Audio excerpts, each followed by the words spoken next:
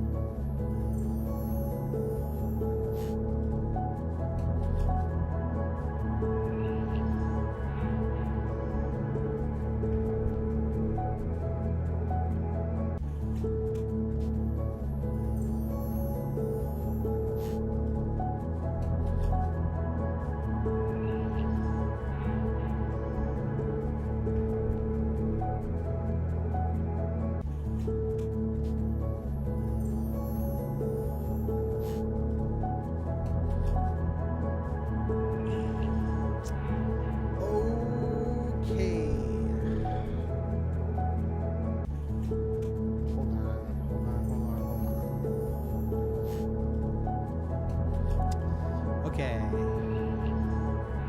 Yo. Yo, yo, yo, yo, yo.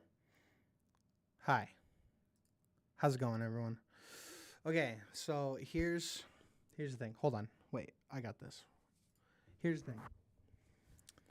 I'm not expecting like a big crowd, okay? We're streaming in two different places. We're streaming in YouTube, and we're also streaming on Facebook for my mom. I'm just kidding. We're not doing it for my mom, but for any folks of a particular age group, we'll say, who don't know how to maneuver YouTube. So I'm doing it for them. Don't worry though. I got the stream up. I'm looking at the chat, and it's mostly just Seth nitpicking my not pronouns. Not that, but it's mostly him just grabbing onto what if it's just for you and I, which is hilarious. Thank you, Seth. Oh, sorry. Thank you, No Matter. Obscure artist who is nameless. What if it's just for your mom? Is so dumb, dude. Hey, guys, hold on. I realize that you can see my whole screen. So here's what I'm gonna do. I'm gonna take this, the OBS screen, way over here so that I can't see it. Hopefully you guys can't see it either. Look, it's the tree from the artwork. Isn't that fun? Oh wait, you guys can only see my camera. There, now you can see the tree. Hi everyone, welcome to, let's go back to the camera, the release day stream for The Last One Standing. I'm so happy to be with you guys this evening / afternoon. It wasn't Beans. Hey Earl, let me see if I can actually show her real quick. Let's get Camo Studio up real quick. Let's switch to the front camera. I think you could see. Oh, there she is. She just left. Okay, she heard me moving, and she freaked out. But that's Earl Grey. That's Earl Grey, and she's a little bit more timid than Beans is. I'm gonna crack open. I've needed this today. You know, it's party time when there we go. You know, it's party time when we're drinking a Red Bull and it's chill. Where'd she go? Is she still here? So there's this. My office, guys, is downstairs in my house. There she is. She's back. My office is downstairs, and there's this window right here, and there's this cat that's been showing up outside who belongs to the neighbors, and it's this really fat orange Garfield-looking cat, which has been so fun. Bring Beans back. Beans is upstairs sleeping in a Carhartt shoebox. It's hilarious, but he might happen down here in a little bit, which will be fun. Okay, so Earl doesn't exist. Earl doesn't exist. Earl doesn't exist. You're wrong though, because Earl is right here. Hold on. Let's do this again. She's back and she's chill. So let's try and Earl. There she is. Hi, baby. Hello, baby girl. Look how freaked out she looks. That's crazy. Isn't that nuts?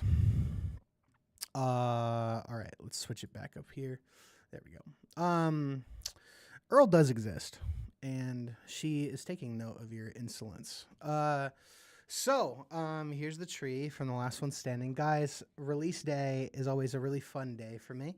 But this one really in particular, and I want to tell you why. First off, let's open this. Not me being a narcissist, having my album already pulled up. We're going to put this over here for now. I have the chat over on this side of the screen so I can see. Okay, so it looks like we have 6 people chilling with us. And honestly, I would much rather have a smaller group of people than an insanely large group of people. So this is perfect. This is a perfect size. I feel like I'm teaching a class, which is kind of what I do when I'm not making music. I teach.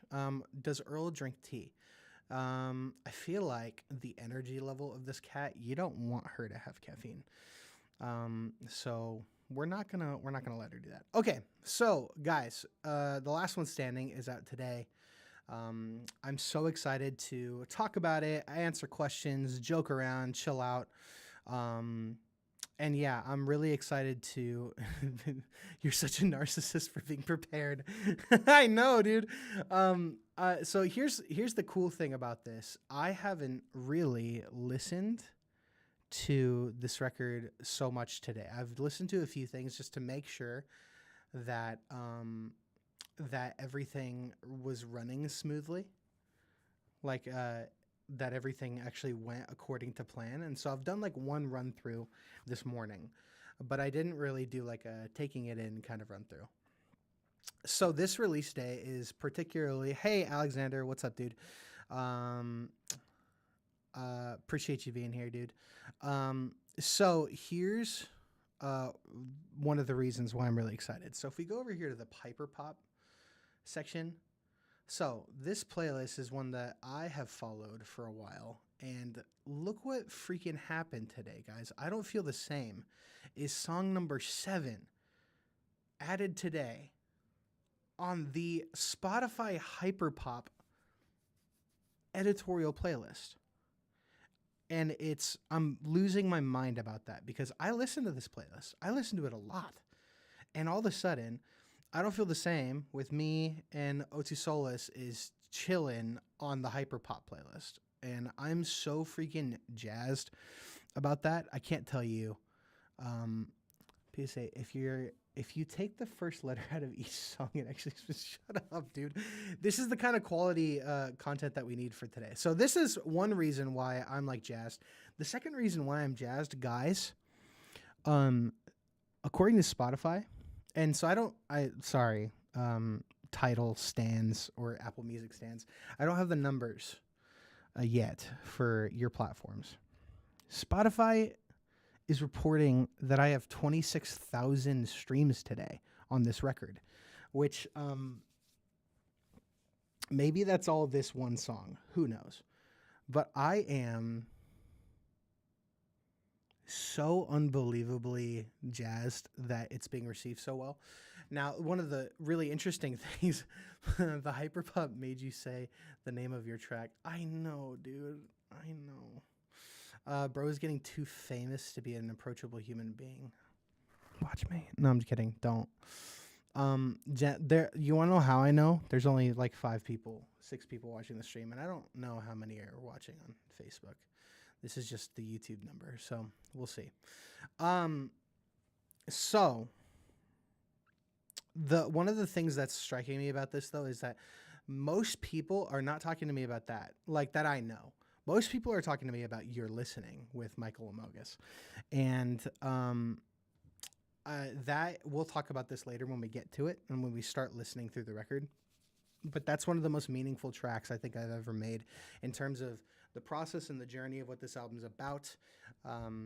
And I can honestly, dearly, and truly say that one of the most enjoyable songs to make with one of my best friends, Mike Mogus. We've been making music for 15 years probably together. And I just, every time I make a song with him, it makes me deeply reflective.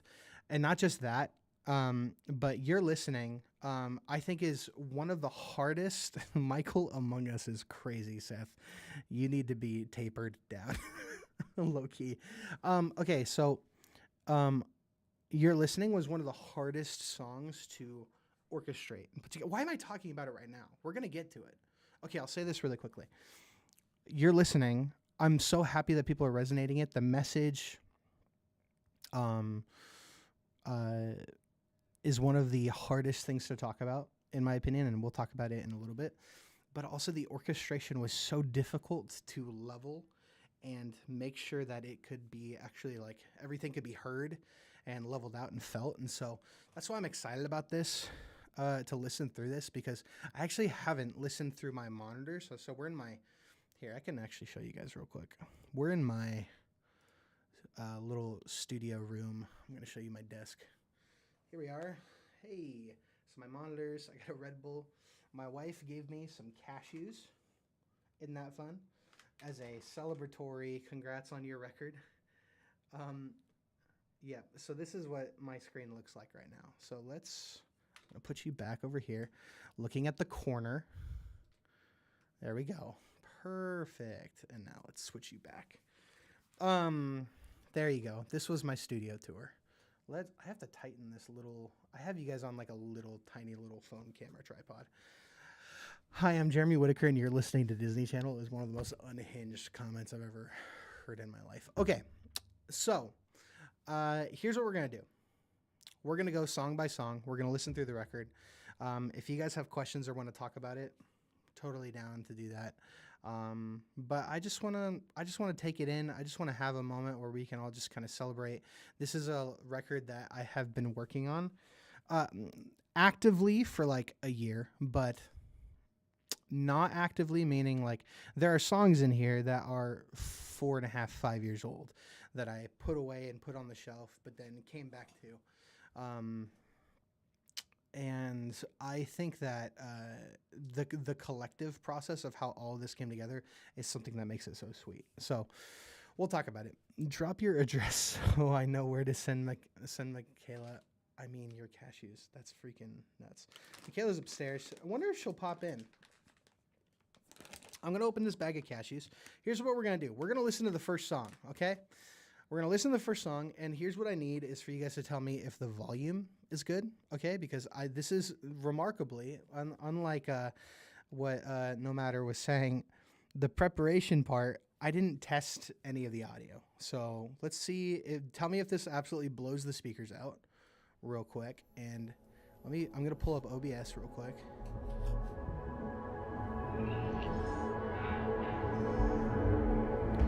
So drop in the chat if this is a good volume, too loud, or whatever, okay?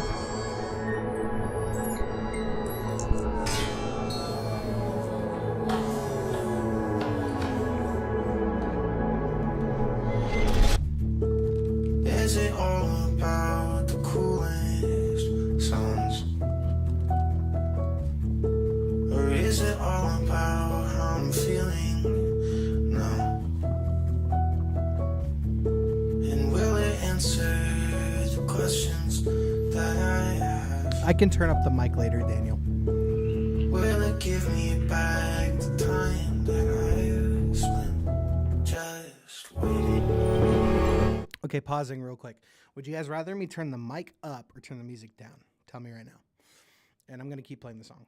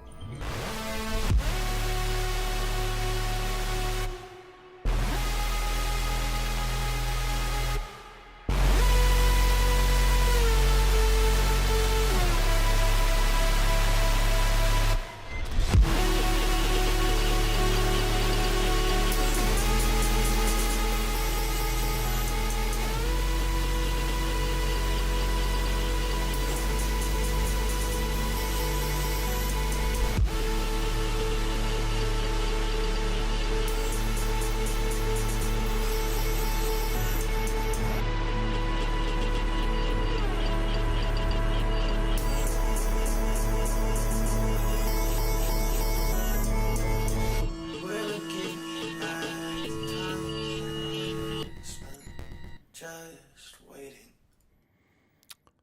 Best of both worlds. I'll turn the music down a little bit and turn the mic up just a bit. Okay? Tell me how that is, guys. Okay, sweet. Audio's good. Hopefully the microphone's sitting at least equal, if not just a little bit louder than the music. So just let me know. Okay, so waiting. Should we go through what this song originally sounded like? I have a master of the original intro, and then about 2 weeks before submission for the record, I decided that it didn't kind of meet where I wanted this record to go in terms of how it starts. So I do have the alternate file, which is called All I Have, I think it's called, or there's two titles for it. All I Have or All That You Are have been the ways that I've referenced it. Let's do it. Let's listen to it real quick.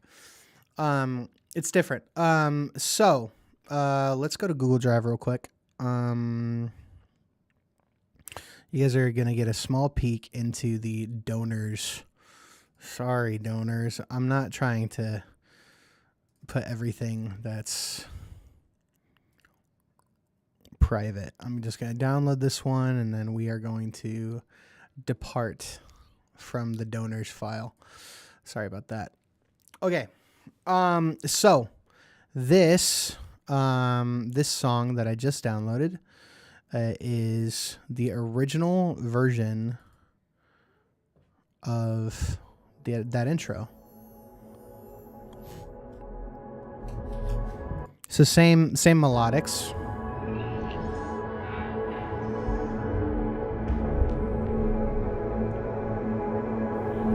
As I wait,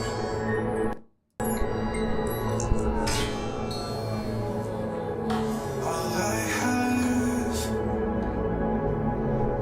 is all that you are. So a lot of similar sounds, different lyrical composition, but the biggest thing that changed was this.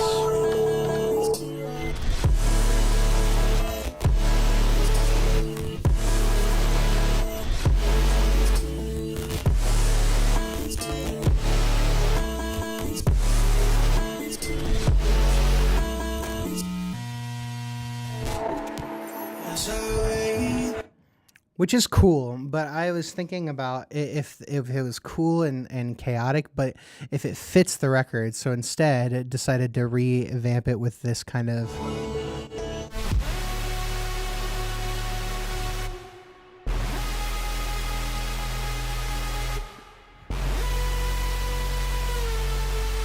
So you can see kind of a little bit of the differences. Waiting kind of gives this kind of emphasis at the start of the record, talking about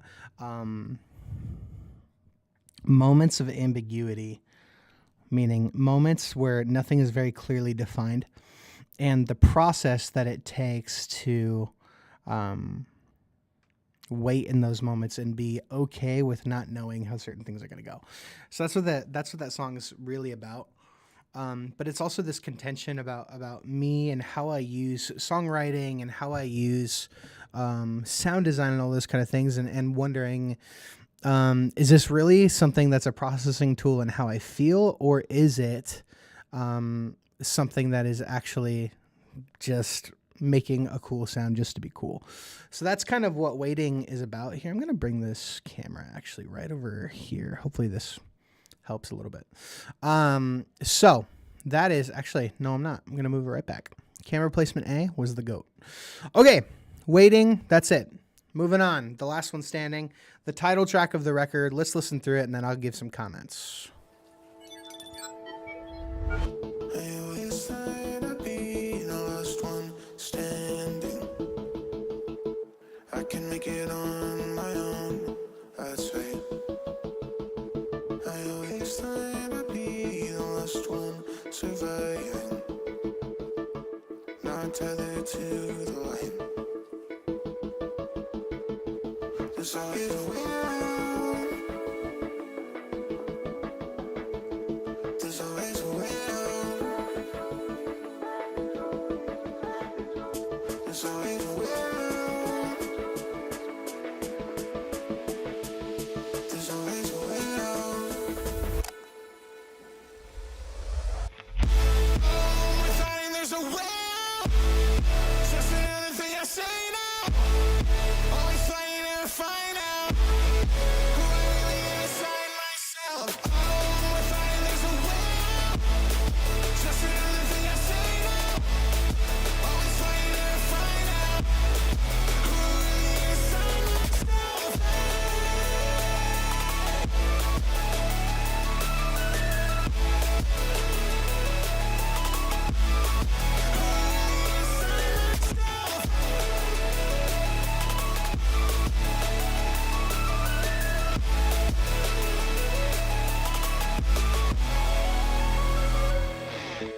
Now that it's here, everything's changing.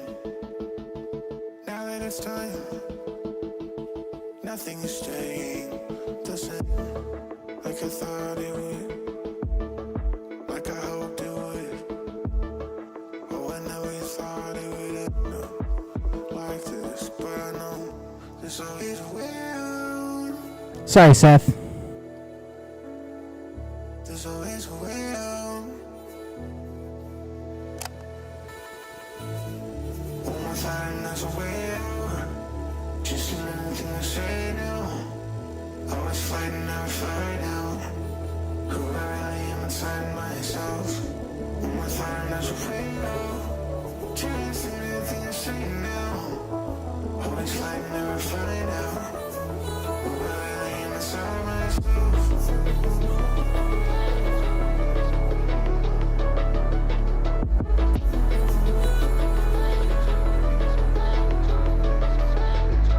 There's always a way out.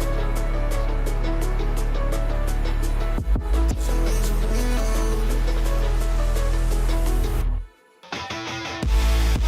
We're finding there's a way out. Just another thing I say now. Always fighting to find out who I really am inside myself. We're finding there's a way out. Just another thing I say now. Always fighting to find out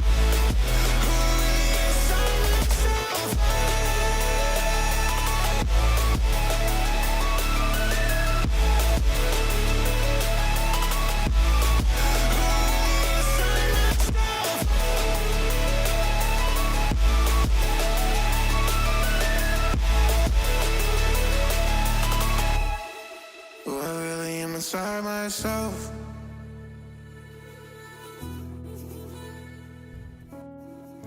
Okay, I'm going to pause it right there because obviously, if you've listened to the record already, you know that this song and I Don't Feel the Same kind of flow into each other. So I'm going to talk real quickly before we go in there. First, let me look at these comments real quick.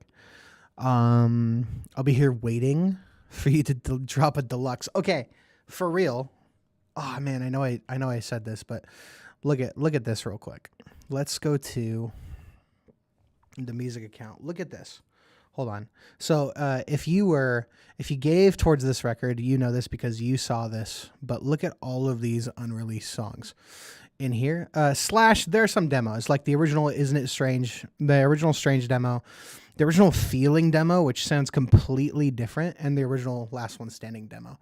So it is not something that's far off in my mind that we will have a deluxe record in the future. Either that or like a smaller EP. And I've been tell me about this. I've been workshopping this name with a few friends. So the album is all about weakness and all about perceived strength and frailty, which The Last One Standing is obviously kind of the crux of that idea. But then I was thinking about releasing an EP that's literally songs that didn't make it on the record, they're good songs, but they just didn't fit the vibe, right? And naming an EP the ones that didn't make it, which is dual meaning, which is just the songs that didn't make it on the record, but then also the things that we're talking about in the record are things that a lot of people grapple with and then don't make it out of. They actually deconstruct their faith. They kind of move on from being with people in community, and they don't, engage with people anymore, and they actually just kind of shut in and shut out. They shut out community, and they shut out the things that they really need. And so dual meaning there, but that's an idea. Okay, Daniel, I did turn up the music. I'm just seeing your comment now. Music could be a bit louder now, so I did turn it up a little bit. Tell me if that's good. I'll be the last one standing here asking you to drop a deluxe. That's ha ha ha. Very funny, Seth. Okay, I'm gonna press play and let it go into I Don't Feel the Same, which is, I think, a dark horse. Listen, I love these songs. I love this album. I Don't Feel the Same is a dark horse for my favorite song on the record. And I'm sure there will be a very robust conversation about this. Just putting it out there. All right, here we go.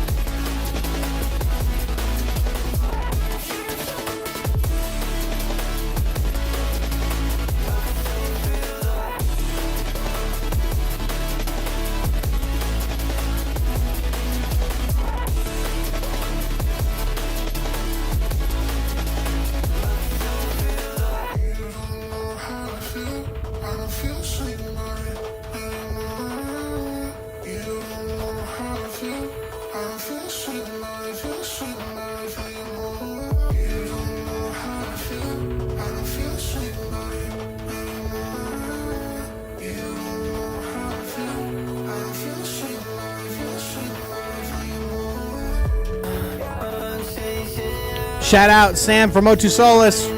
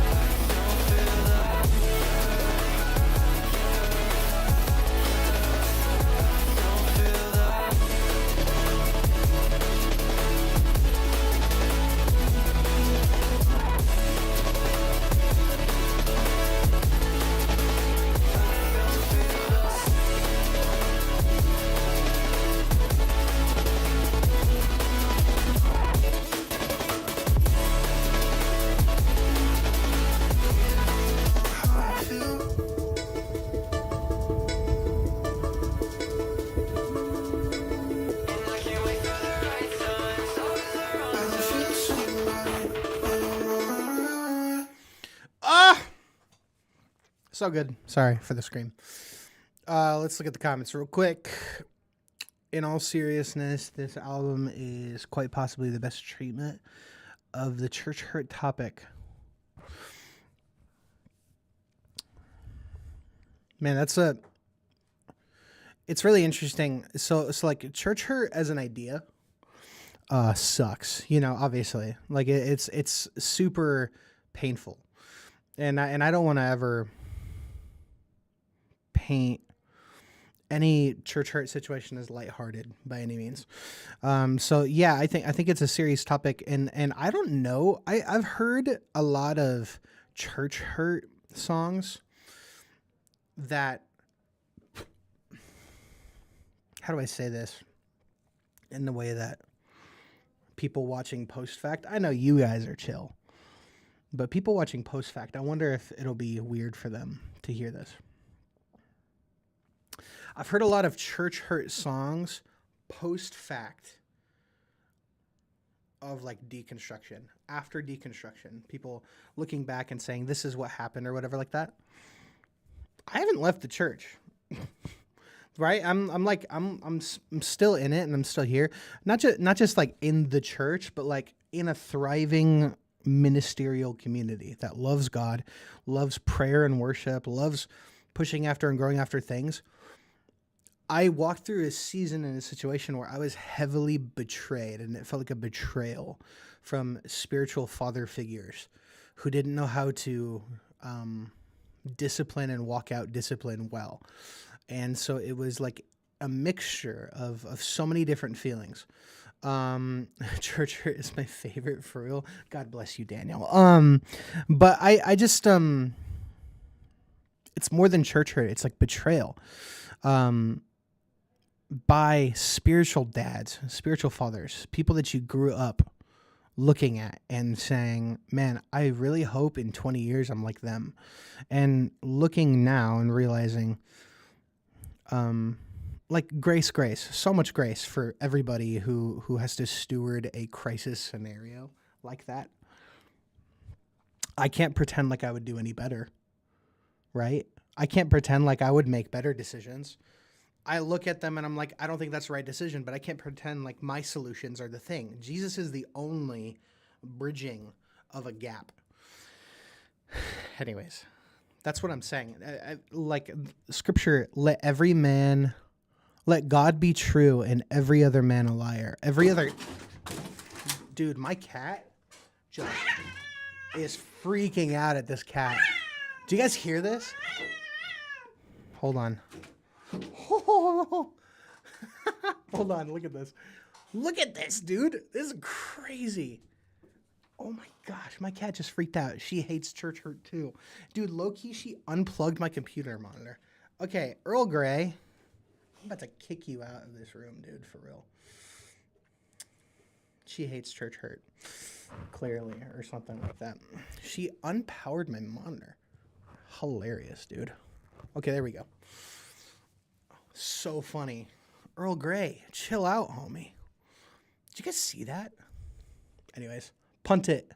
Hi, Corbin. Corbin. Hey, buddy. How are you, man? Sorry. That was hilarious, bro. She's offended. Just kidding. Should I punt the cat? Oh, I see what you're saying. No, I'm not going to punt the cat. Should I eject her from the room, or should I? Why are you abusing your cat? We will all report you. Shut up, dude. Okay, let's move on, guys. We've been in the stream for 37 minutes. And we need... Wow, the Earl Grey hate is crazy. We need to keep trucking, okay? Hindsight with my wife, which is just a title of another conversation. But hindsight with my beautiful wife. There she is. Let's listen to it. And I might punt Earl Grey. Let's find out.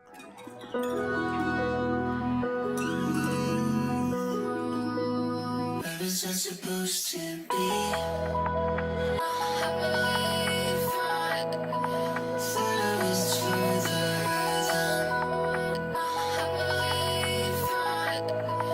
What was I supposed to know? Trying to remember.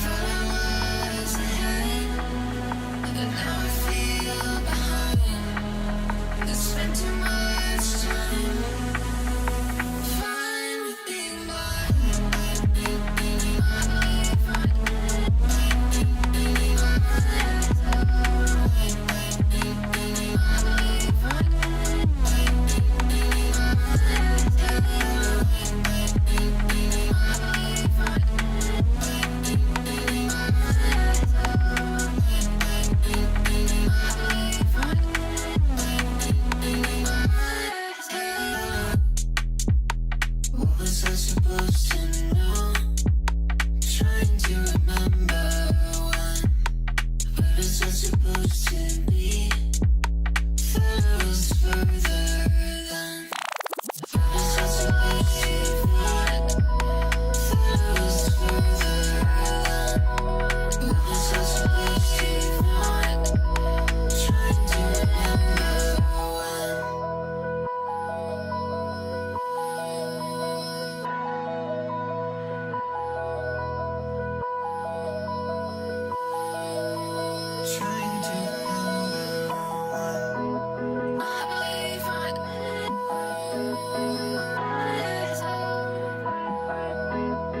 believe what was I supposed to know? I believe trying to remember when I believe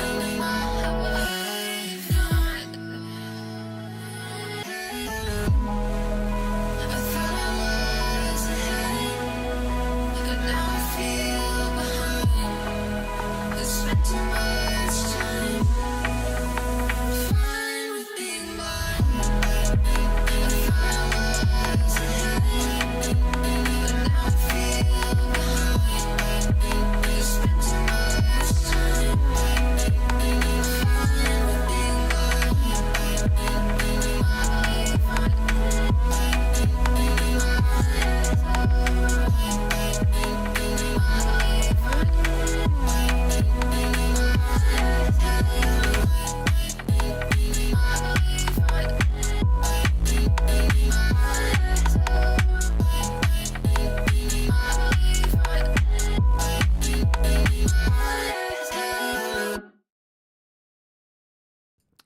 Okay, that was Hindsight. 2 updates. 1, I regret to inform you that Earl Grey has been... Hold on. I regret to inform you that Earl Grey has been ejected from this room for her blatant outburst. And if that cancels me, that cancels me. Okay, anyways, we're back. So, Hindsight. First, let's check on the comments real quick.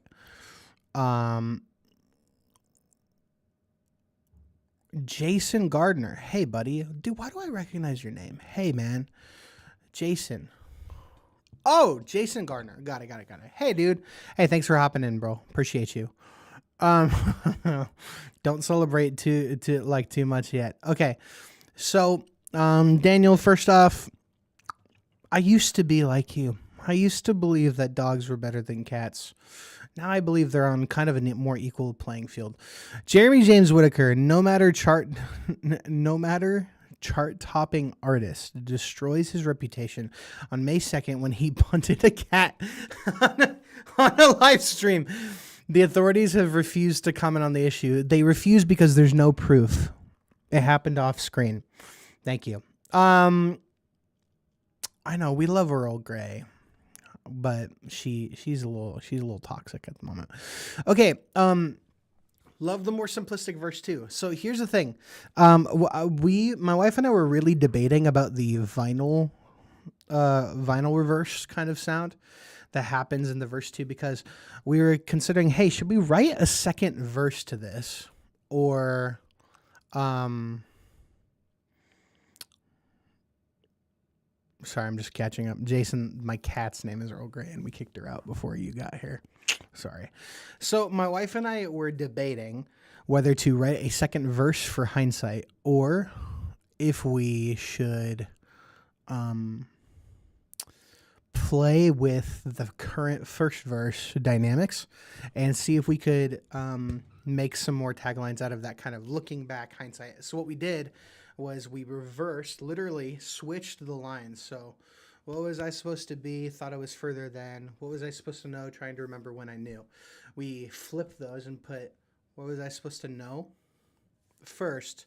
And then we went to, and then we flipped it and reversed it to be the way the first one went. So that's why the reverse final one. Hopefully that's not confusing at all. Hold on. I'm going to put the mute mic button right there. Why don't we just do that? That's so much nicer. Okay. Okay, let's look at some of the comments. But thank you. I like the broken down kind of. Let's go back to it real quick. What is I supposed to be?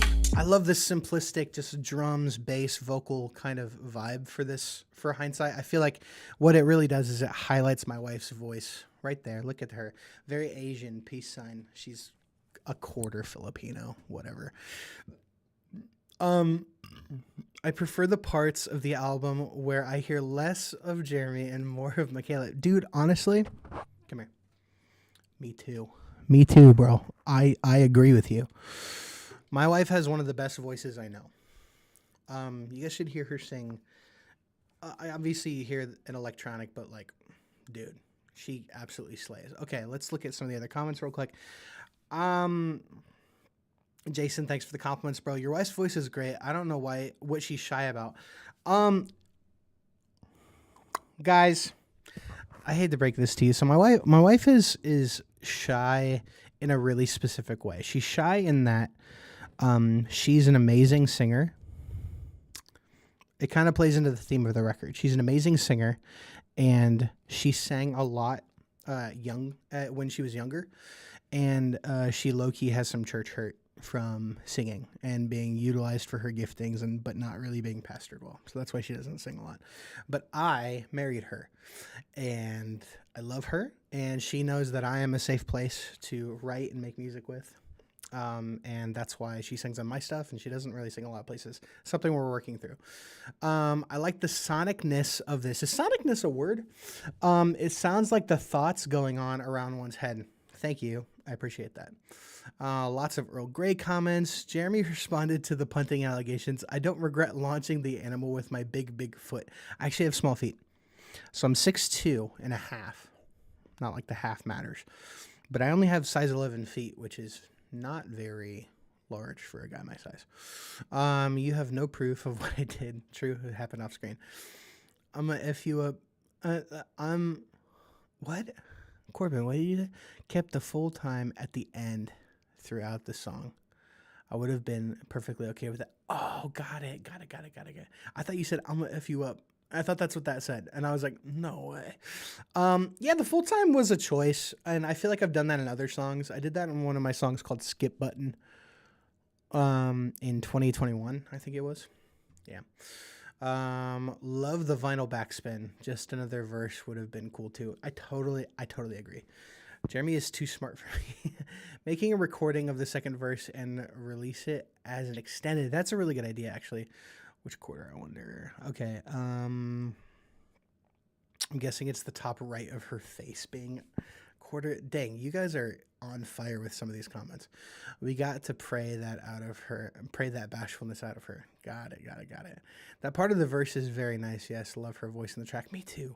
We love church trauma, lol. Sonicness. I know. I don't know if it's a word. I stand by the word sonicness. Thank you, Jason. Okay. So that's all the comments. Let's move on. You Love You Discipline with my beloved friend Amaria. By the way, guys, each of these streamers, oh, I can't believe I just said that. Each of these artists, guys, you guys really should be following. Except my wife doesn't really make music outside of me. Look at this right here. No bio. 1 monthly listener, which is really funny to me because these definitely get more streams than that. I mean, this right here is alone. It's only been out 3 weeks and it has 8,000. She has more than one monthly listener. Amaria is someone that you guys need to be paying attention to, okay?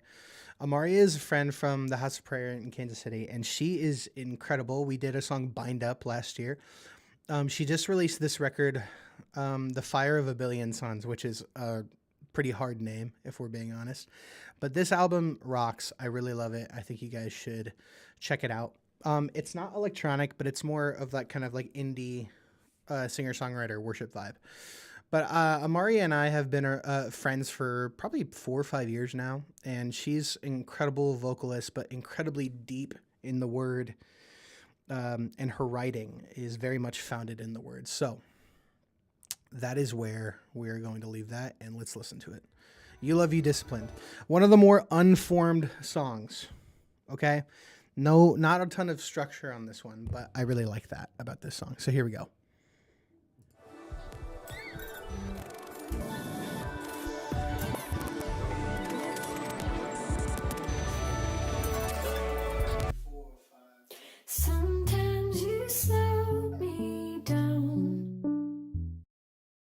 Sorry, pause. Do you guys want me to put the lyrics up?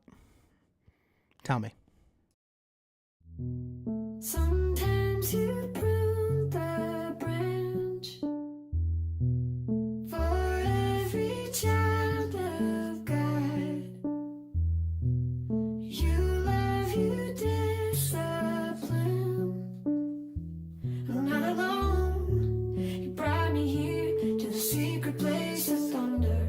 I'm not alone.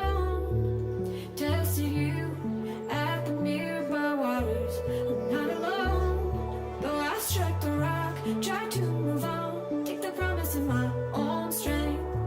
I'm not alone. Every child of God, you love your discipline.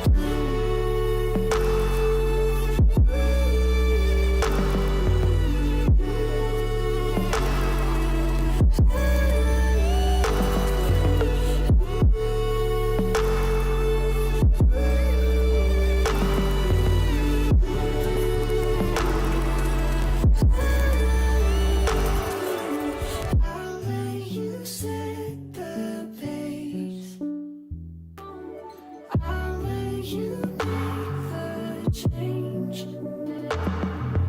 Brought me to water still to make me lie down, rest. I'm not alone. You brought me here to the secret place of thunder.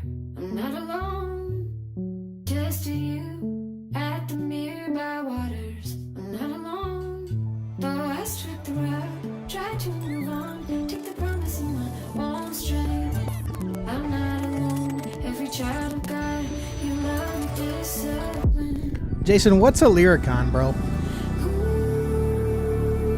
I know that you love me. Ooh, won't give up on you. To the character is worthy of the calling. Your hand prepared me for something. I know that you love me. Won't give up on me. To the character is worthy of the calling. Your hand prepared me for something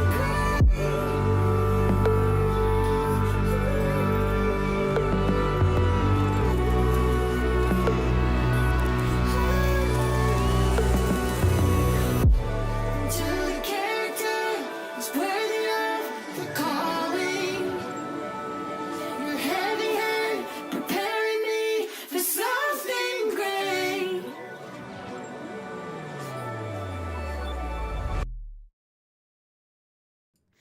And that is You Love You Discipline. So basically, Amaria and I got together, gosh, had to be September, October, maybe, to write this song. And we wrote it in 2 sessions. Basically, this idea of being frustrated with what feels like discipline, what feels like the Lord is intentionally doing certain things to get something really specific out of you, and being frustrated with that process, especially because, and you guys probably know this, that those moments often feel slower than they are. They often feel like they're taking a lot more time. So the frustration with that process, but then realizing that it is because the Lord loves those that he disciplines, you know. And I've fallen in love with that idea that the discipline of the Lord is because of his intentionality and his sovereignty, his rule and reign. So that's what that song is about. Let me look at the comments real quick. Knowing her voice, I would like her voice to be more natural in this song, I would say. But I love that build up at the end. It just does an unsettling drop off. That you need completion. I know, bro. But guess what? Like here's one of the things that I love about this album, which might frustrate people. It might really frustrate people. Um, I love making the songs as real as possible, and oftentimes you don't get resolution in a lot of situations, and you're just left waiting and wondering what's going to happen.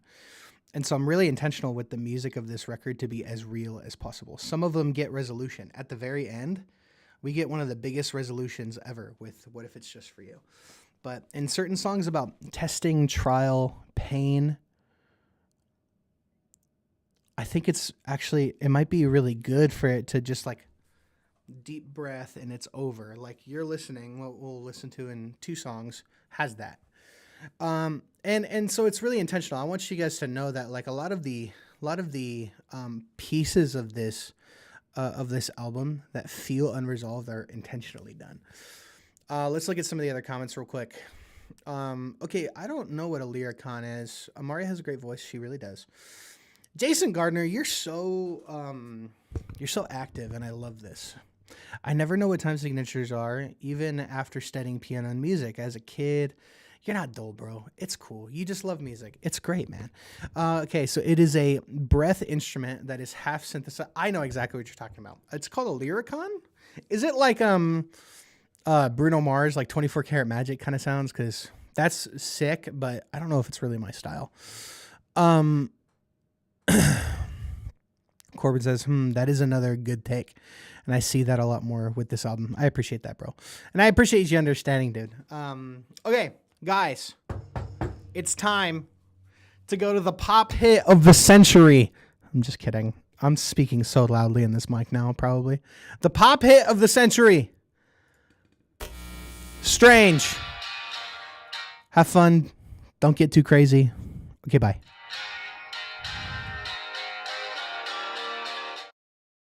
Actually, let's watch the music video. Let's do it. We're doing it. We're watching the music video. We're watching it. Here we go.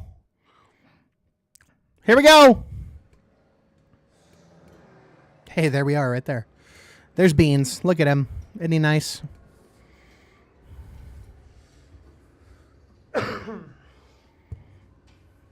Here.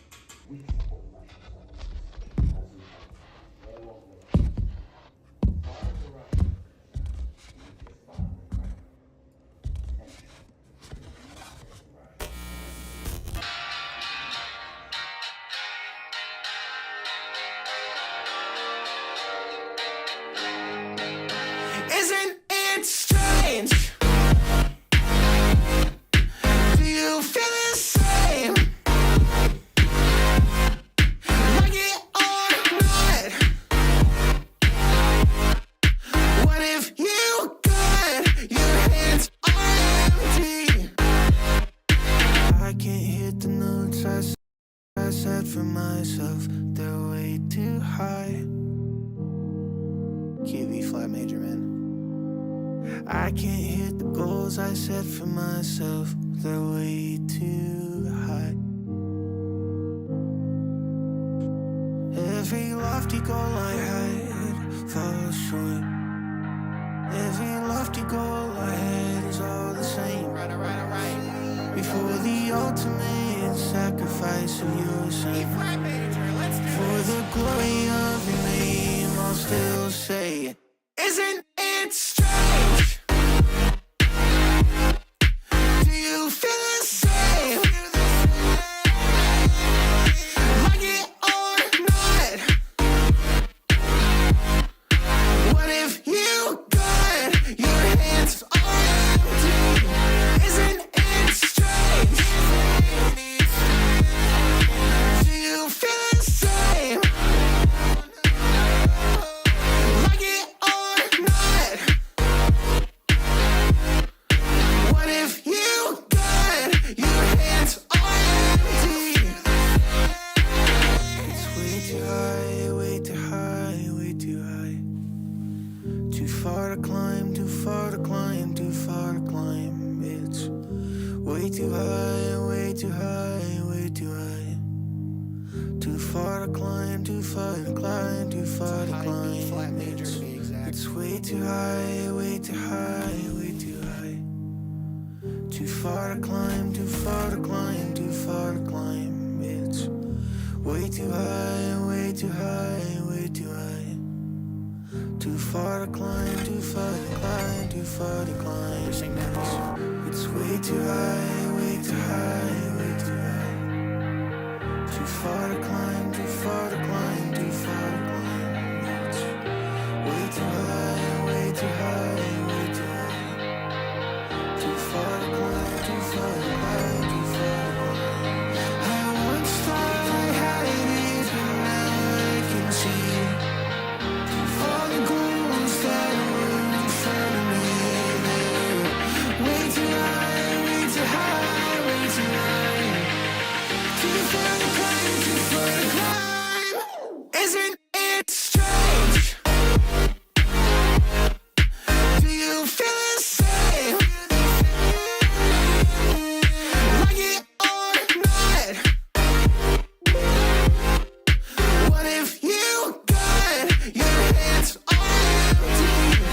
Isn't it strange? Do you feel the same? Like it or not? What if you got your hands on empty? Oh, I think it's just a hit. I don't know, guys. I think it's a really good hit. Okay, some of the comments. By the way, as I was listening, I realized you had the perfect opportunity to not hit the note on the word strange for artistic reasons. Thank you for clarifying. But that's not the high note. It's the what if you got... Okay, I've also heard some confusion about this.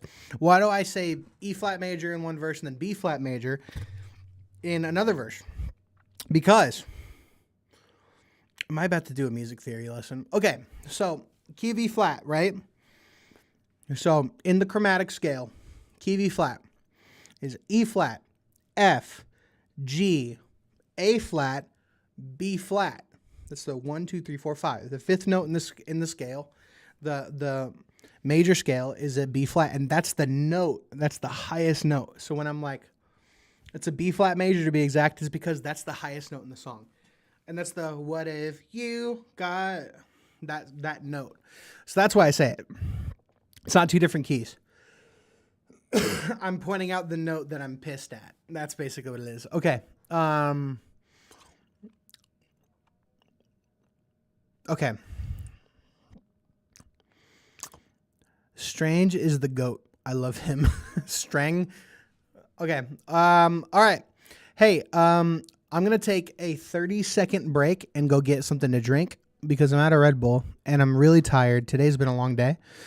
So here's what we're going to do, okay? I'm going to leave for 30 seconds. We can count it, okay? I want you guys to leave some of the most unhinged takes about this album that you can in the 30 seconds that I'm gone, okay? Ready? 1, 2, 3. 1, 2, 3.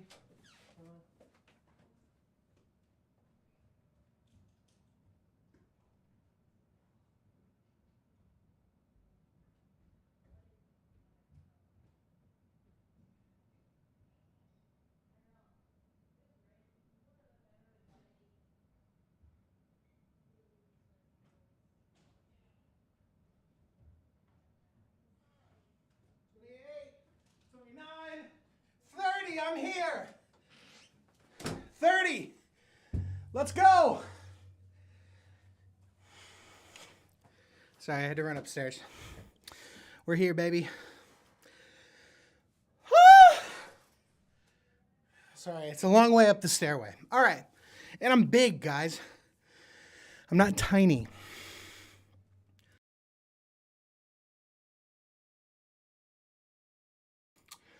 Okay, let's see some of these takes real quick. All right.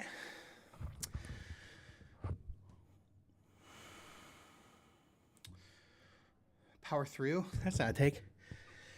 The album should have been only one song long because it's the last one standing. That's not a very big hot take, is it? The song, the song "Waiting Should Have Been an Eternity Long" is so funny. That's so funny.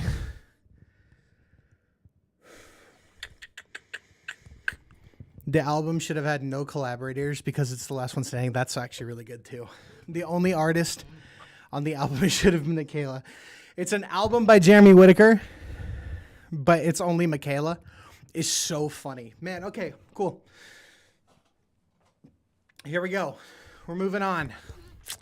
So You're Listening is one I will bring the lyrics up for because it's pretty bulky. Let's find it. There we are. Okay. Oh, whoops. Here, what if we do this? I'm trying to find such an interesting way to make sure everything is in the window that you can see. So let's do this right here. Boom. There we go. Okay. So You're Listening by Mike Amogus and Jeremy James Whittaker. Mike Among Us, if you will. Okay, so here's the thing. You're Listening is the song that I've gotten the most text about today. It's the song I've gotten the most response from on this entire record. That includes you, Seth. That includes Andre, if he's here. I'm trying to decide, should we talk about it now or should I play it and talk about it later? Let me give a brief context, okay? So Mike Amogus and I were both a part of the prayer room in Kansas City. And when everything started happening there, by the way, Baja Blast, zero sugar for the win, dude. Let's freaking go. It's party time. Okay. When we started writing this record, when I started writing this record, I told him what I was dealing with. I told him the things that I was walking through. And he brought up this concept of lament. And you guys might think lamentations, lament. Lament is literally just the idea of bringing your concerns, frustrations before the Lord. And this song is really specifically about the idea that it's about the idea of, is there a place for my conversation with the Lord to bring it forward? That's the idea. Okay? So that's what You're Listening is. We'll talk more about it after I see people saying we should just play it. Here we go.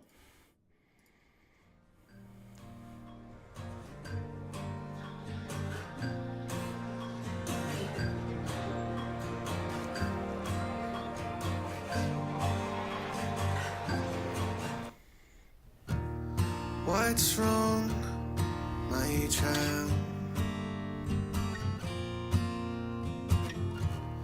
You never cry anymore. Who said your pain is less welcome than your smile? Your heart is wounded, yet you don't say a word. Who said your voice is only good for praise? Come speak to me, don't hold it back. You're not a threat, you won't make me uncomfortable. Do I have a home here? If I'm anything but happy, do I have a home here? If I'm anything but grateful, everything hurts and I'm so tired. I've been past my limit for a good while. When will I get rest? Will I die here?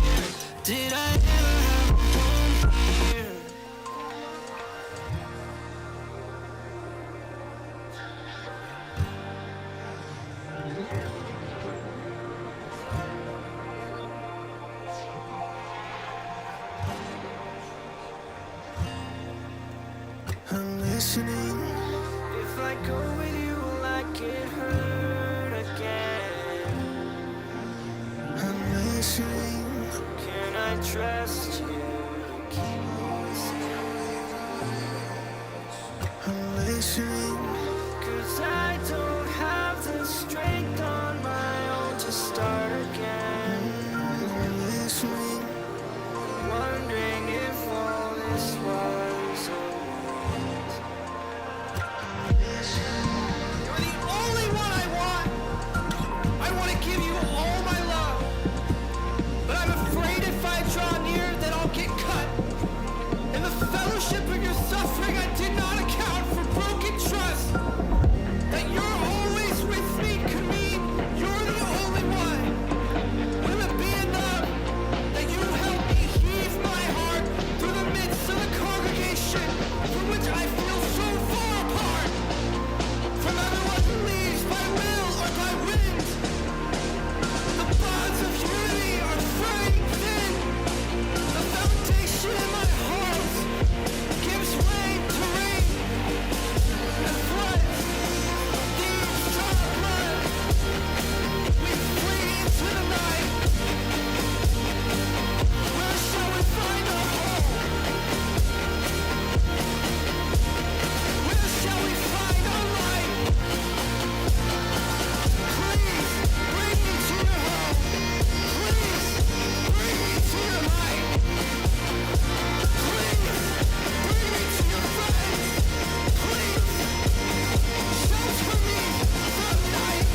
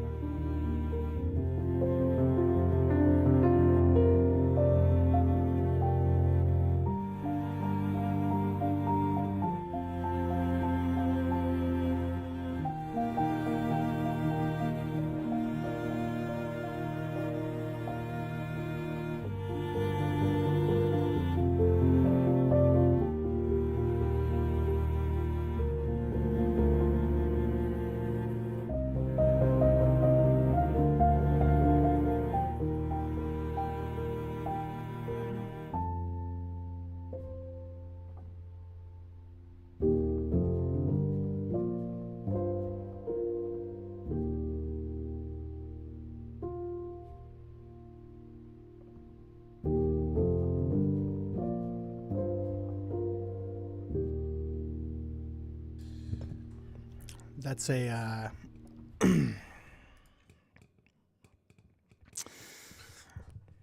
I don't know, guys. Something about hearing it finally be out really just hit me for like a few seconds there.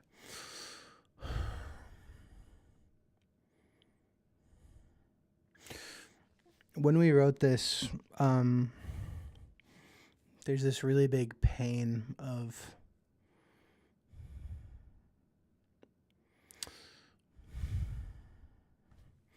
there's this word right here.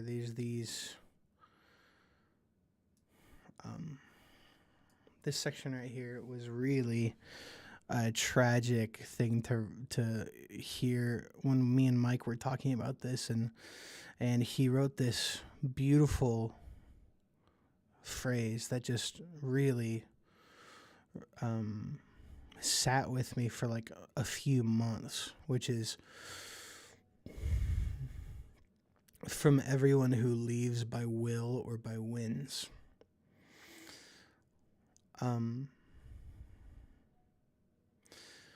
Sometimes when people have to vacate a situation or get out of a situation that's really troubling, it is not because God is like divinely setting them to go on to new things. Some people are really forced out ethically.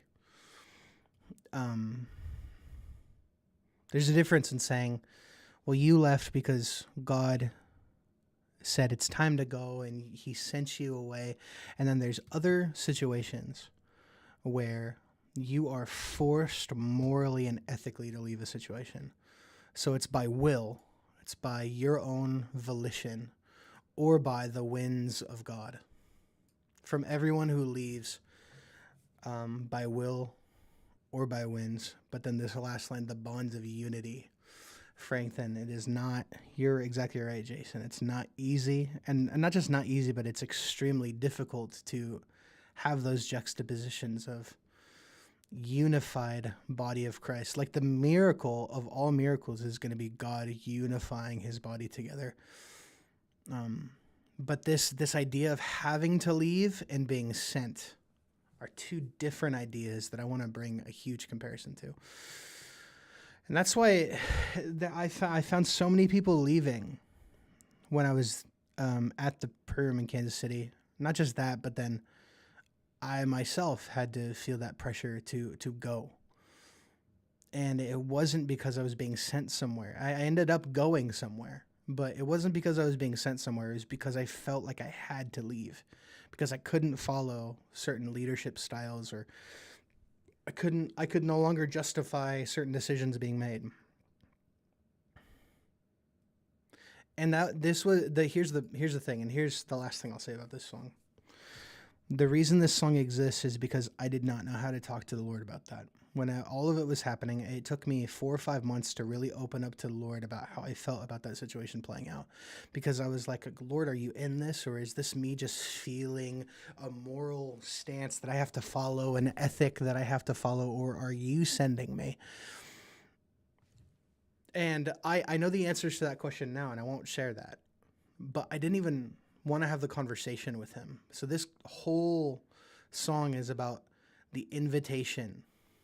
This right here, the invitation from the Lord to speak and to say it, and don't feel like you have to temper the pain, because he's not uncomfortable with my tears. He really invites them. And Mike's performance on the spoken word was something that I was awe-inspired when I first heard it in the recording. Yeah, it's a really special song. And it's one of those things where, some people would say, hey, well, maybe that music builds up so much that maybe we should have like some sort of like escalation. But that's not what I feel. Should there be like a drop at the end of the song? When I have an outburst, I am exhausted afterwards, and I don't feel strength to be able to have this huge blow up musically, much less emotionally. And so Mike painted this picture of just like, what if you could just, how do we give the listeners of this song an like an audio hug, like the Lord is just like surrounding you and like comforting you. And that's where the instrumental at the end of the song comes in, a 2-minute long piano and strings instrumental, which really hits my heart. So that's your listening. A song I love. Thank you guys for listening to that. All right, we're moving on. We're halfway through the record. Man, we've been here for an hour and 20 minutes. We're halfway through the record. Okay, we're gonna pick up the pace a little bit. I can't let go. A definitive switch in the tone and the shift of this record. Here we go. Woke up from a dream and I didn't want to come back. Saw the end of the road where I had you next to me. Didn't break the covenant. What could be more than it? Try to pull it from my grip, but I can't let go.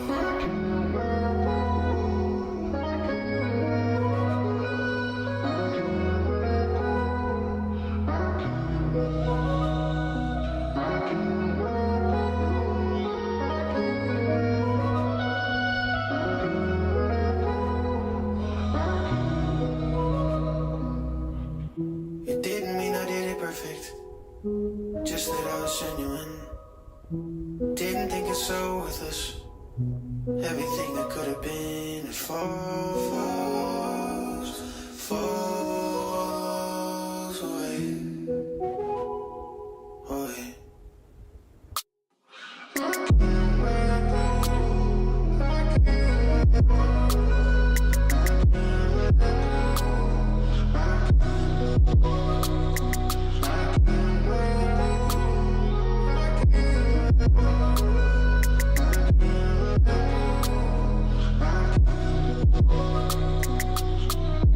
Woke up from a dream and didn't wanna come back.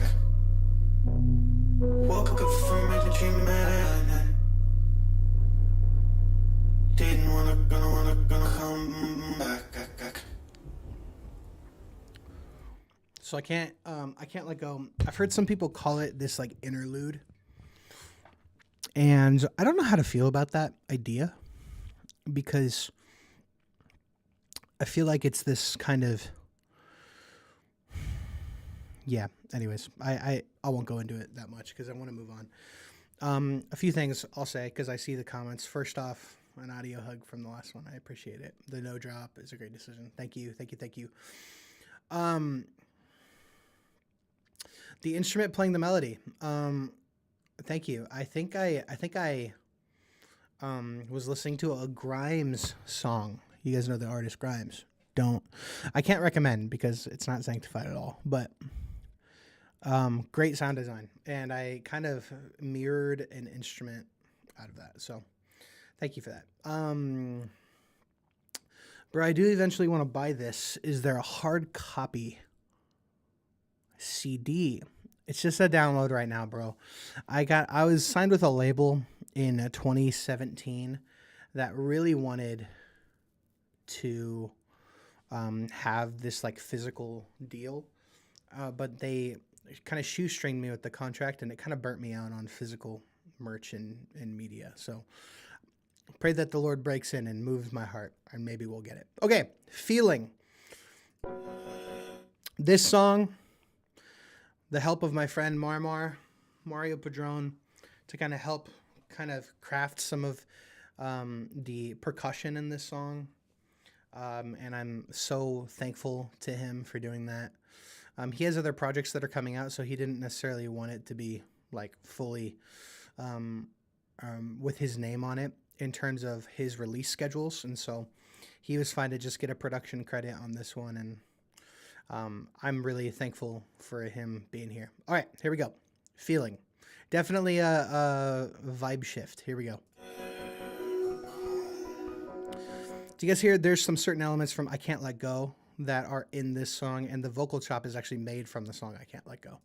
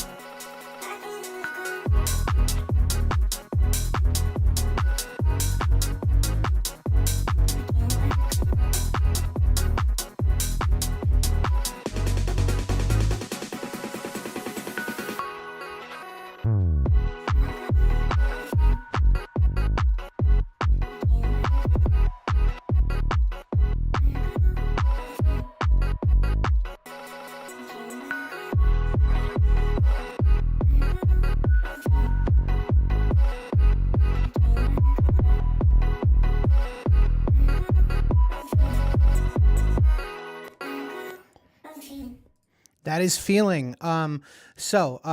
Genuine question, why no Marmar credit? So I said this a little bit before. So feeling was the very, very, very last song to be finished. I think I finished it like 12 hours before I submitted the record. Seth, you would remember just from our songwriting camp that we did last month, or in March, rather. It's May now. We had talked about working on something together, and we already had some stuff in the works, but I invited him in to help me kind of give feeling an extra push. He already has like a scheduled out release plan. And he is like, I don't really want to mess with my schedule off plan. And he's like, but here's what I'll do. I'll totally help you out. You don't have to feature me on the track. Just give me a production credit. So here he is right here. I didn't skimp him, I promise. But here he is, Mario Padron. That's his real name. Sorry, Marmar, if I wasn't supposed to say that. Now, I do want to show you guys one quick thing real quick. Because the original song for this song is so different. I'm going to show you like five seconds of it, okay? Feeling demo. Listen to what it sounded like before, okay? Hopefully. If listen to this, it's crazy.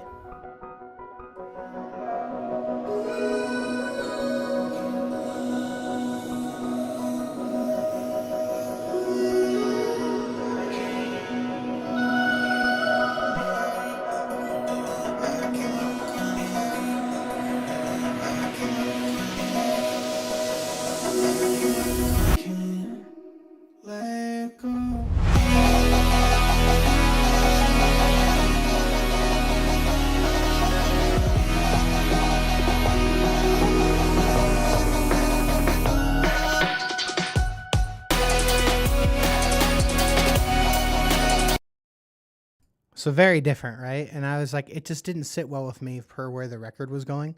And so I decided to completely change it. And that's why it sounds the way it sounds. So yeah, that's the reasoning. Okay. All right, we're moving on. Spotlight. Yes. Spotlight, one of my favorite songs on this record. The last single that came out last week with my good friends Noland. Now, Noland is two guys right here. Go follow them, even though it's just Alejo on the cover. But it's my friends Alejo and Chris Morrison, who I've known for years and years and years. Actually, Chris at one time was my boss, and Alejo at one time was my student. That's how we know each other, okay? All right, Spotlight. Man, I didn't really talk about feeling, but feeling's feeling. It's a cool song. All right, here we go.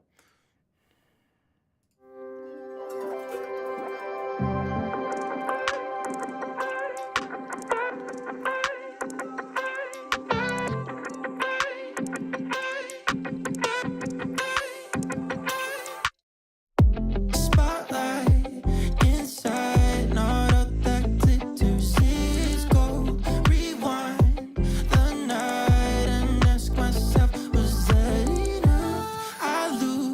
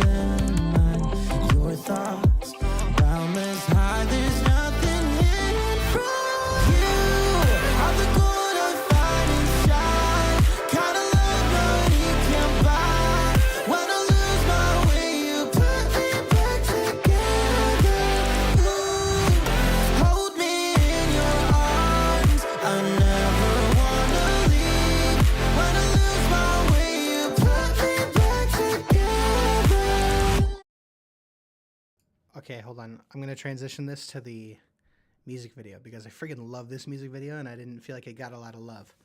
So here we go.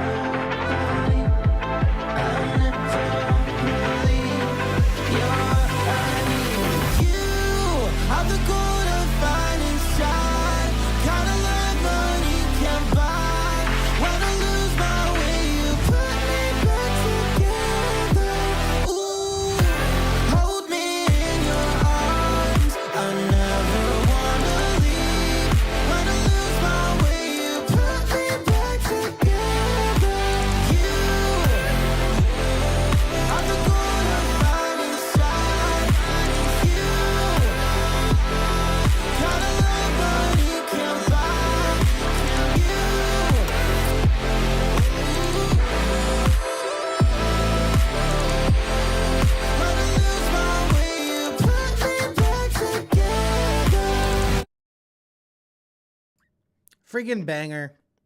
I don't care what you say. It's a banger. Spotlight deals with a lot of what it feels like to be put in a spotlight because both, you know, me and Alejo and Chris, we were all part of like stage ministry. We're all musicians and singers, worship leaders, so on and so forth. And there's this temptation of the spotlight and not just what it does to you, and what it does for you, but also how it changes your perspective on what it means to serve, what it means to minister, what it means to stand in strength in what we do. And so that's why we were at the Spotlight. It's a really good song. Alejo's a worship leader, and I love Alejo. I love Chris. Wonderful working with them. We only had one in-person session, I think. Maybe two. I'm going to put a spotlight on the fact that you're not going to release a deluxe. I will, or something like it. We'll find out together. All right, let's move to my therapy session, which is, will it just happen? How will you ever know? For those of you who don't know, this song is a recorded Zoom call conversation with my therapist from,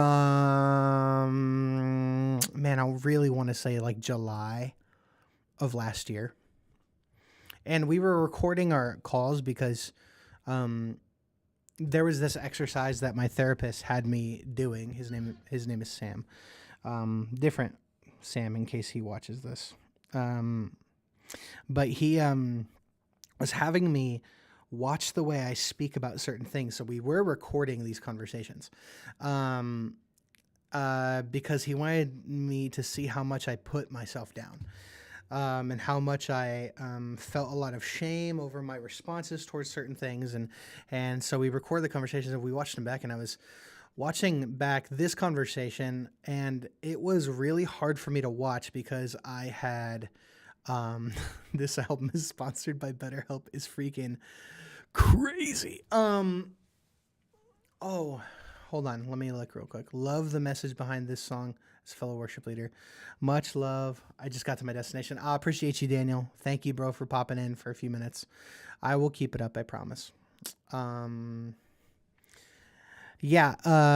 This conversation was just a pure word vomit about how I was feeling like I'm never going to feel settled and I'm never going to feel peace in my life. And I feel like I'm always shifting. I went through about a four-year period of life where I felt like I was constantly moving, constantly changing jobs, constantly changing positions, constant shifting all the time. And you guys probably know this, but when you can't settle, you have no chance to process when you're just constantly going, constantly doing some certain things. You have no chance to be able to mentally process things because you're still doing, going. Not just to mention, you're learning and learning and learning, and trying to shift and change and shift and change. It's really detrimental to your health to not have consistency, at least mine. And so that was what this outburst of conversation was. So that's why it was being recorded. So yeah, this is, will it just happen? How will you ever know? I've heard some responses from people being like, the dance beat at the end is kind of goofy. So I have a affinity with the band, the 1975, and they have this really fun tactic that they use in certain songs to provide this kind of reset of mentality, which is these really long, almost ballad kind of songs that then break into like these kind of like UK club songs, as a way to like juxtaposition the song meaning and then the song feeling. And that was an exercise that I was doing here to see if I could really shift the direction of how I was feeling into this idea that when I get to this part that says I really want to let it in, that's my like heart cry of hope. Like I really want to do it. And so I wanted to let the dance beat be the hopeful piece. So that is it. Let's listen to my therapy session. Here we go.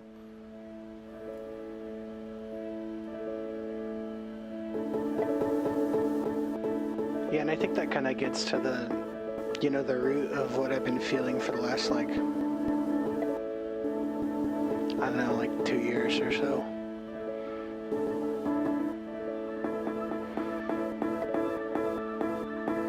It's that kind of deep question in the middle of shifting and a lot of transition and pain of like, man, am I ever gonna land somewhere and feel content and at rest?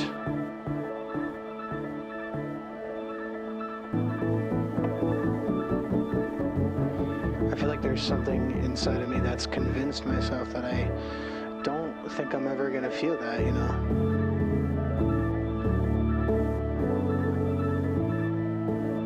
And there's a lot of pain there.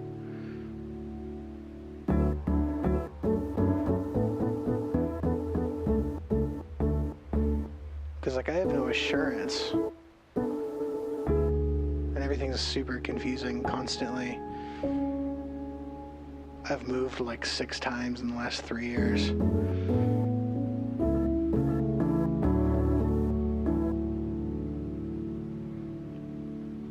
And the last year just really felt awful, you know?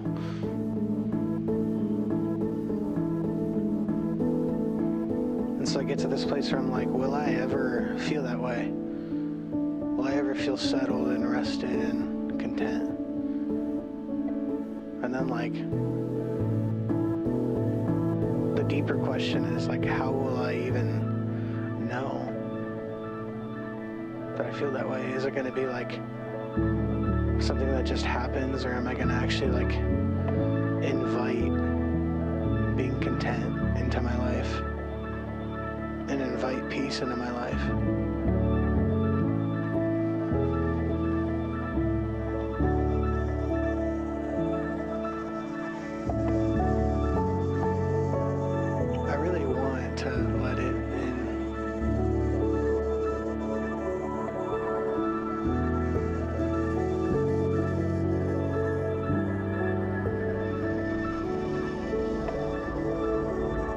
Where's my flat 7 squad at? Let's go.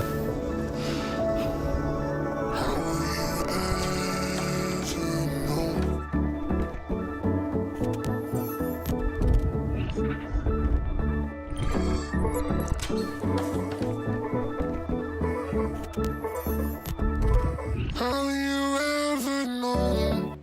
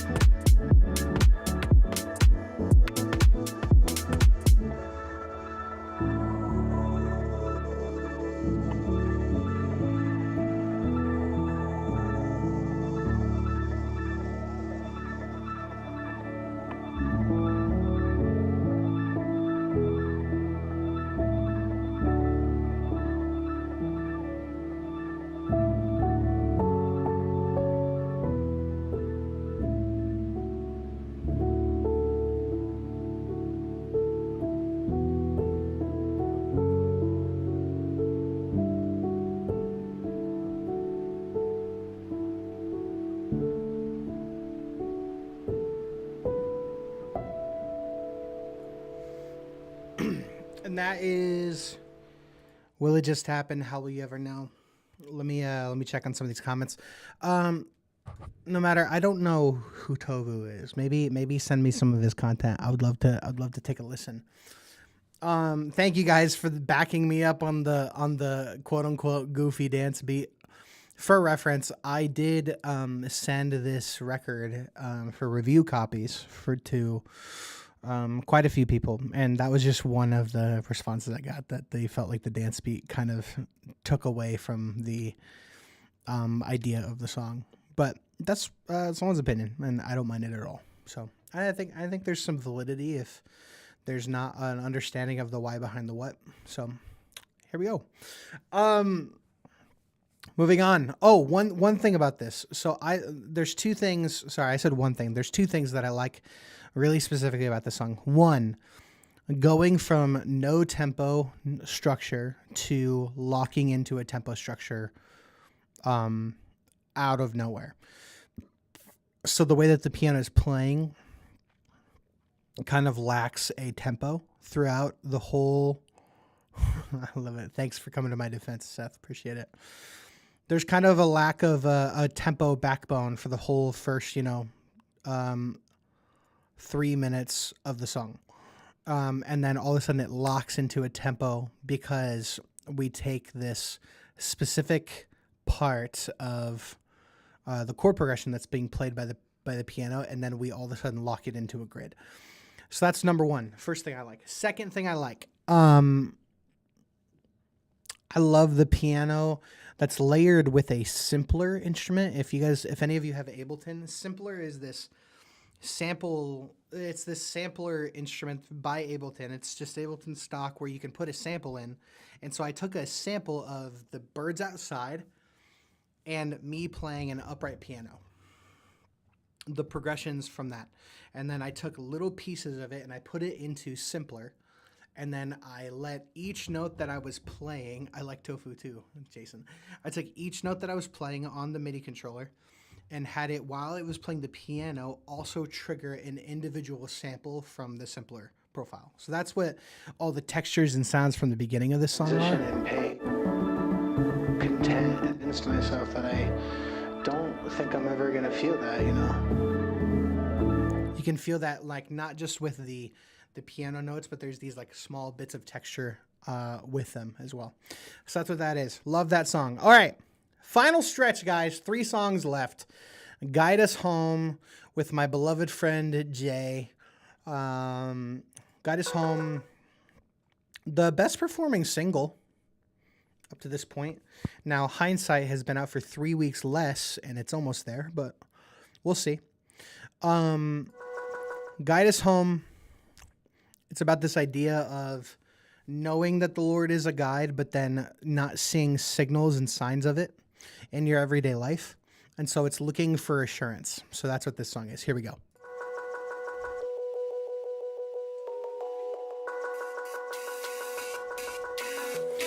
Also, this song is the most like Nurture by Porter Robinson I will ever get.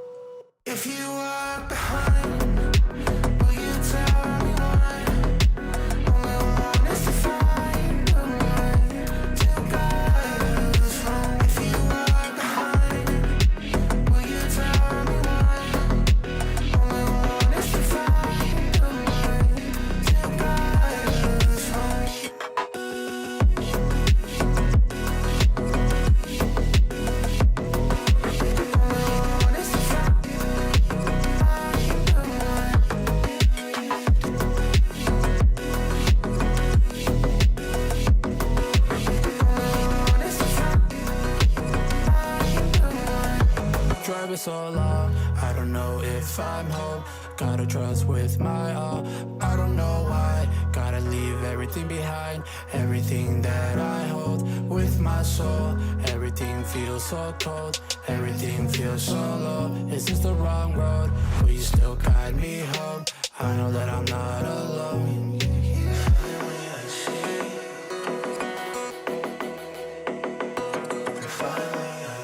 I love this little the arpeggiator right here. If you walk behind, will you tell me why?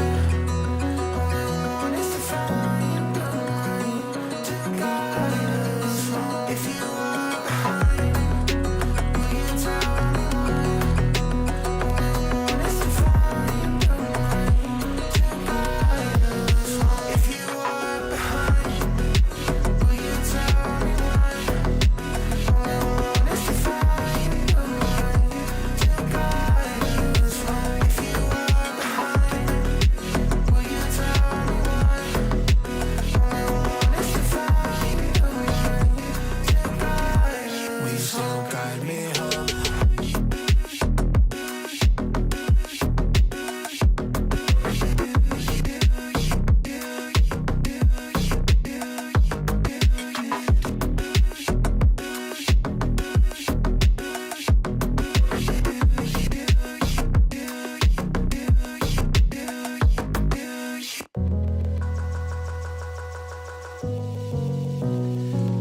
Woo! Great song. Not to hype myself up too much, but good song. Shout out to my friend Ben Henze for mixing this. Mixing and mastering this song really specifically. I feel like he just absolutely killed it. And actually, this and Strange were the first two songs to get mastered and mixed in this whole LP, and they set the tone for the mixing and mastering for the rest of the songs. And so I am so happy with how they ended up sounding, and then how they shaped the sound of the rest of the album. And what I mean by the sound, I don't mean the production. I mean the post-processing and the post-production of the fine-tuning and making the whole album feel cohesive. They really set the tone for it. So, all right, Run. With me and my beloved friend Andre Delaney. I know many people in the chat know him. One of my favorite songs on this record. I feel like we get a little bit of that Casbo vibe, you know, a little bit of that Casbo vibe, a little bit of that that Audian vibe, you know, those kind of vibes, with just like a pure, unadulterated house song, with the backbone of the scriptural references of what the heck happened here. Sorry, gross. What happened? How do I? Man, I hate that the lyrics look like that. Hopefully it didn't ship out like that. Let's find out together. Hold on. Welcome to my Google Drive. I'm so sorry that you have to see this. I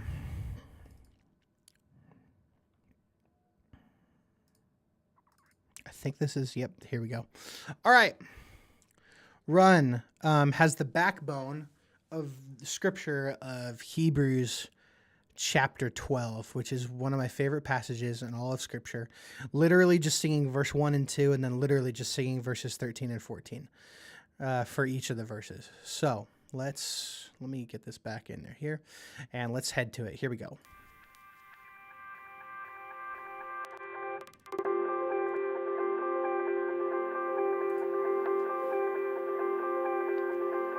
Therefore,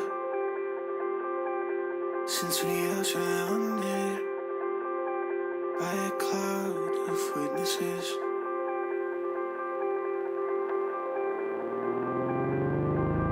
let us lay aside every weight that hinders and sin that clings so closely.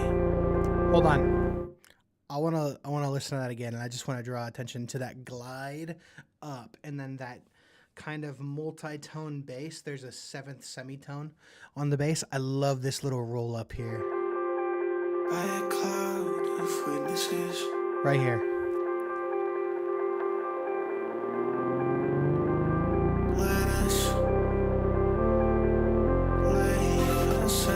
So good. Love it. Every weight that hinders, it's in that cling so closely, and let us run.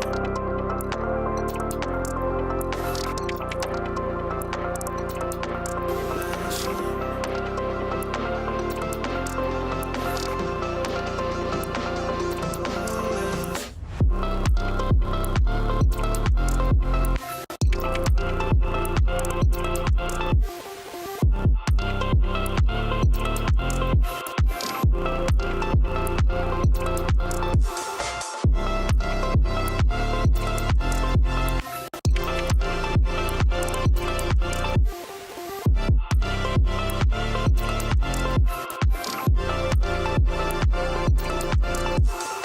W. Andre.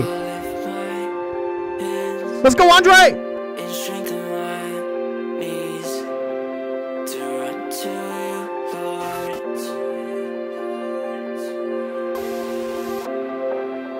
Trust, strength, inspire, strive for peace. I look to you, Lord.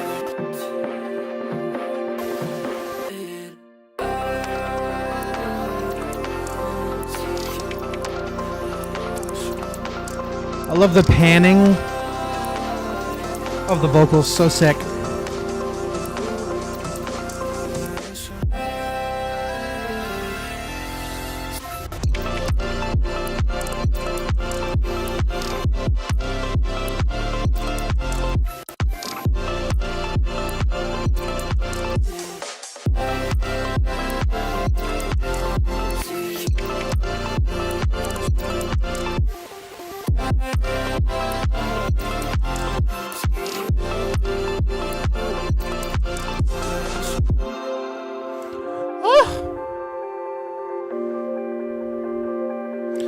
We're just trusting God in the club. Let's freaking go. Love that song. Okay. Love that song so much. Andre kills it. Man. Love that song. Okay, we're going to move on. Guys, hold on. Here we go.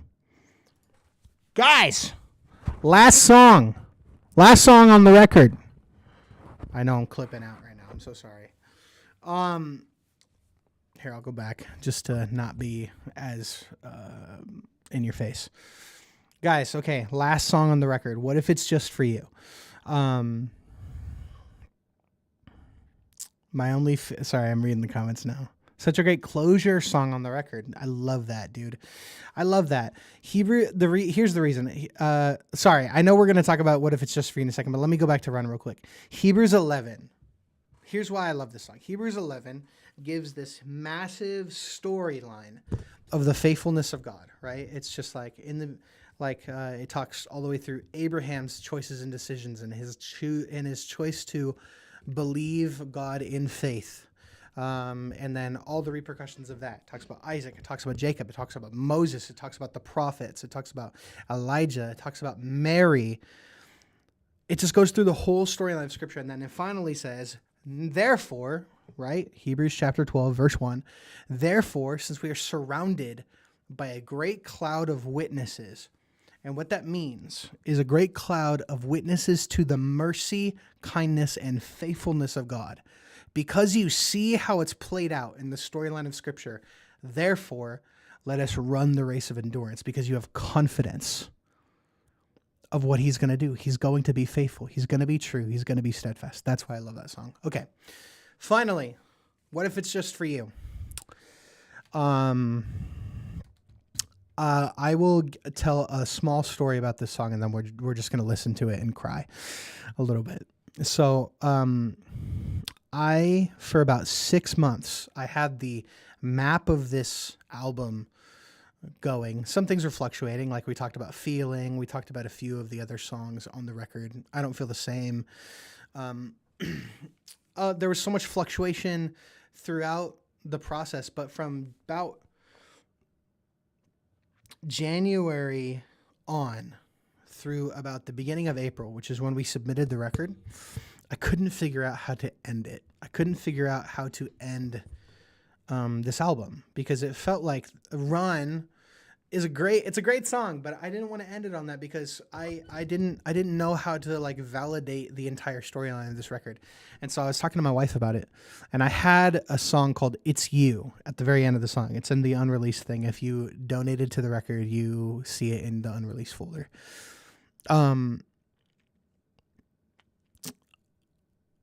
So we were just talking, and we talked for a few hours about this, and I finally asked her, I said, what do you think? Do you have anything that you would want to write over this song? And she said, well, give me like a defined theme.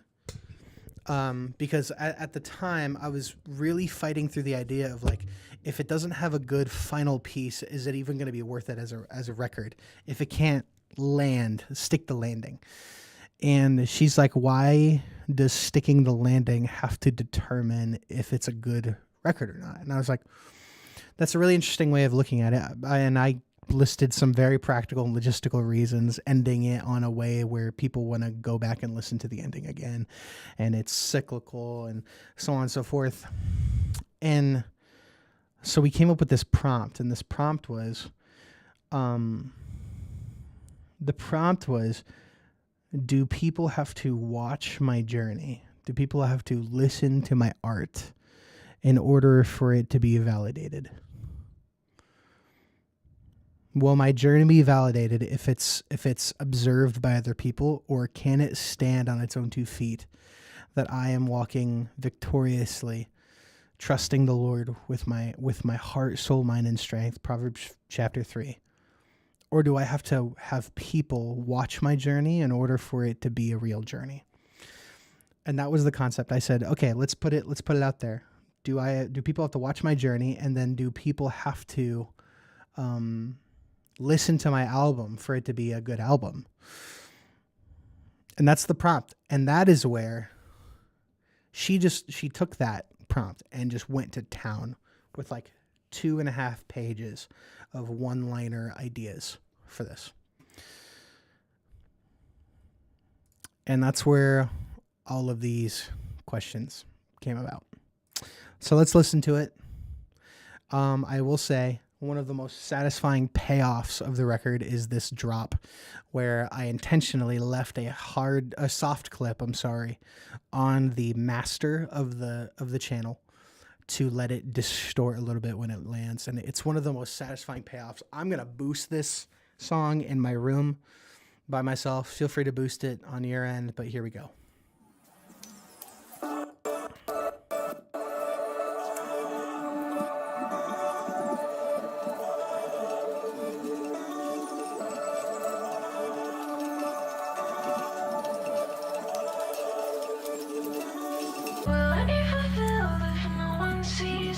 It's harder to admit that I might need it. Why should I create if it'll be forgotten? Will it be the answer to all I wanted? Will I be fulfilled if no one sees it? It's harder to admit that I might need it. Why should I create if it'll be forgotten? Will it be the answer? What if it's just for you?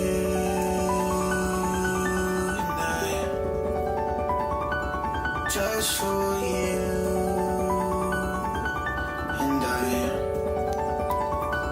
Just for you and I. Just for you and I.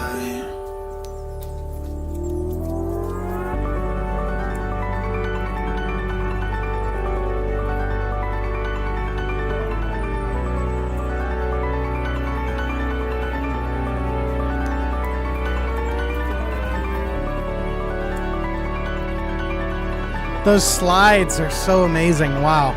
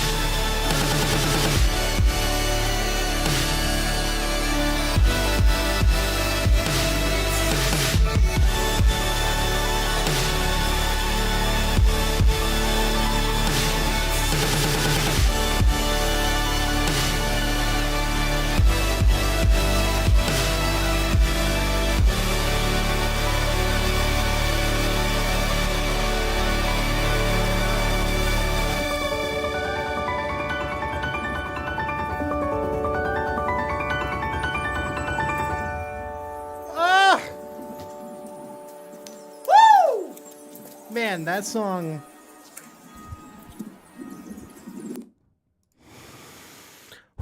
That song is just an injection into my veins. Frick, that's so good. Man, what? Seth, you said it right. What a freaking ending. And I'm not, can we just like get rid of this cultural idea that you can't celebrate your own art? I'm so freaking pumped at how this record ends. I'm so pumped about the finality, the victorious kind of like scream of an ending that song has. And it part of my heart just like rips open at that song, man, because that's it. Like it's this idea, guys. It's like, it's the culminating idea of the whole experience of this. It's like the journey. I love that this journey gets to pour into other people's journey. I love that it gets to be a companion piece for people along their way of the path of their relationship with the Lord. But like, if no one listened, I would still be making music, because that's not the reason. I love that it's a ministerial piece, but the reason I make it is because I was made to create, and I was made to create for God. I was made to create for Him to enjoy. And I, it's just such a fulfilling thing to just scream that. Like, no one else needs to hear it, and it's okay. I heard it and he heard it, and that's it. So that's why I love that song. Man, hold on. Can we listen to that ending one more time? I'm so sorry. Let's just...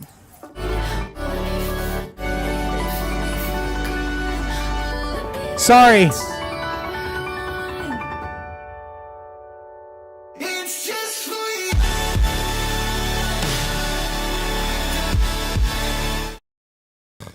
Oh my gosh, dude. It's just, I love how that hits. Okay. Woo! Jeremy, calm down, dude. Guys, that is it. That's the full album. The Last One Standing, out now everywhere that you listen to music. Whether you're watching it right now, watching this stream, or you're watching this tomorrow or a few years from now, I just want to say thank you so much for listening to this record. Thank you for supporting it. I can't, guys, I have had very few days in my life like today. Today has felt like one of the most supportive days of my art ever. Really ever. And I man, I've just never felt this supported in the music and it touching people's hearts and lives. And so I just want to say thank you so much for listening. I would love to hear in the comments or whatever, what your thoughts are about the record. If the Lord is speaking to you through it, things you're nerding out on. I know that last song, all the sliding chords, it's MPE for all you music nerds. Ableton just introduced it. I know FL's had it for a long time, but I just, like stuff like that. It's just like, there's so much, I know this is a deep record. I know it's hefty in terms of like the material, but I just want to say thank you guys for listening. I appreciate you all. And yeah, I think that's where I'm going to end the stream, guys. It's been 2 hours, and honestly, I need to go eat dinner. So, thank you. Appreciate you guys. Let's talk again real soon. And, man, thank you.